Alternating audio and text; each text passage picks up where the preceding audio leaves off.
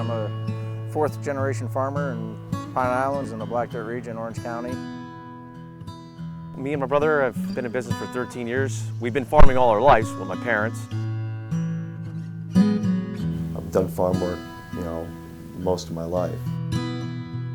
The Farmworker Fair Labor Practices Act, it's trying to require that farmers pay overtime to their workers. It's trying to provide for a mandatory day of rest, collective bargaining rights. An organization called the RMM is lobbying right now in Albany, really wanting to make it known that they believe that farm workers in New York State should be unionized and should have more benefits and greater opportunity afforded to them. They believe that our farm workers in New York State are treated unfairly.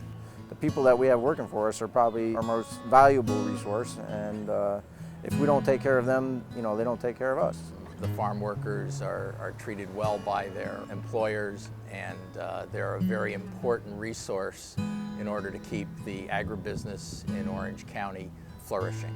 They get free housing, they get free food allowance, they get free child care if they have children. We take them to the supermarket once a week so they can do their shopping and whatnot. We have house, we have air, AC here, cable, hot water, we get a right to their lunch and everything. Free housing, everything's included, and we maintain them. Anything that goes on, they don't have to worry about it. There are a number of alphabet soup agencies that oversee a plethora of laws that govern both the living and working conditions of farm workers in New York State on the local, state, and federal level. We do the best we can here. I mean, if I could afford more, I would give more, okay? With the problems we had in 2011, I can't. 2011 was a bad hit. We lost every acre of product we had, and it put us financially in a huge deficit. I was able to harvest prior to Irene on 3 acres. The other 48 went underwater and became, it was condemned by USDA and FDA. 2 years ago, we were almost entirely wiped out by Hurricane Irene and Lee. Our workers still got paid. I mean, they get paid before I do. Past few years, I've lost the bulk of my crop due to bad weather. Those seasons, not only did I not earn money, I lost money. And I had to take out loans to survive. My workers are still paid. How many other forms of employment can actually say that, where the workers, the employees, earn more than the owner of the company? But that's happened. There was a talk of time and a half. If there was time and a half, this business would close up.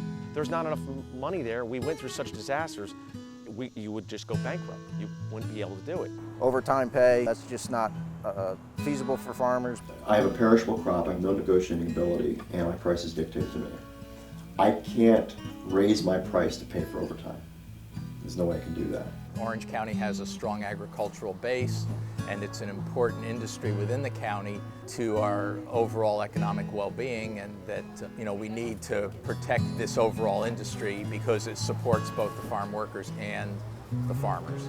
Our crops are extremely sensitive to the weather. When we have to harvest, we have to harvest.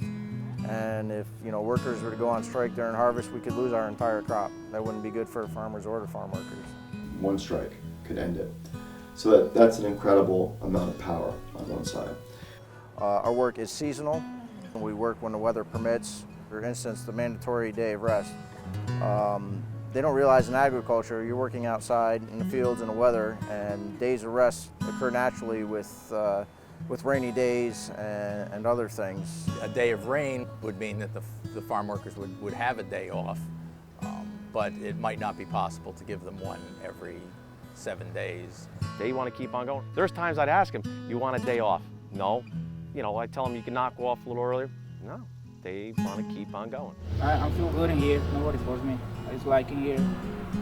Nobody bothers me, and I work the many hours I want to work. If I just want to work 8 hours, I just work 8 hours. If I want to work more, I work more. A number of people who have come to my farm who have quit me because I don't give them enough hours. I've not had a person quit me over the last 15 years because they work too much. They want the hours, and if I don't give them the hours, they'll leave me. It's fact. The last couple of years, we've had a serious labor shortage here. If farm workers don't like the conditions they're working in, they can leave and easily get a job somewhere else. I've had ads out for these jobs no one wants. These men will come here and do the job, and they do a very good job at it. They work very hard. I love my workers. I want to do as much as possible, provide as much for them. I said I'd love to pay them $20 an hour, $30 an hour, but where do they propose the money should come from to pay for this? Where does it come from for me to do it? Pay me more for my onions, I'll do more for my workers. Produce in this country is sold cheap compared to other countries, and you just can't afford it with all the other bills. Our farmers are not these large, huge agri-farmers that have hundreds of thousands of acres like they do in California. We're small, family-owned farms. We have 250 acres or less, and we grow a diversity of crops. We grow mainly onions. We also grow winter squash, pumpkins, some corn and soybeans. Farmers markets locally, in the New York City, the green markets, this is the stuff that people love. All the lettuce, radishes, and vegetables. So if you are someone who goes into the markets in the city and you like, or in any farmer's market, and you like that fresh produce, you cannot be a fan of this bill because it'll end a lot of that fresh produce. So do your part, contact your legislators and let them know that you care where your food comes from, you enjoy the diversity of food, and if we're not growing it, we're importing it. And what good is that for our local community and economy?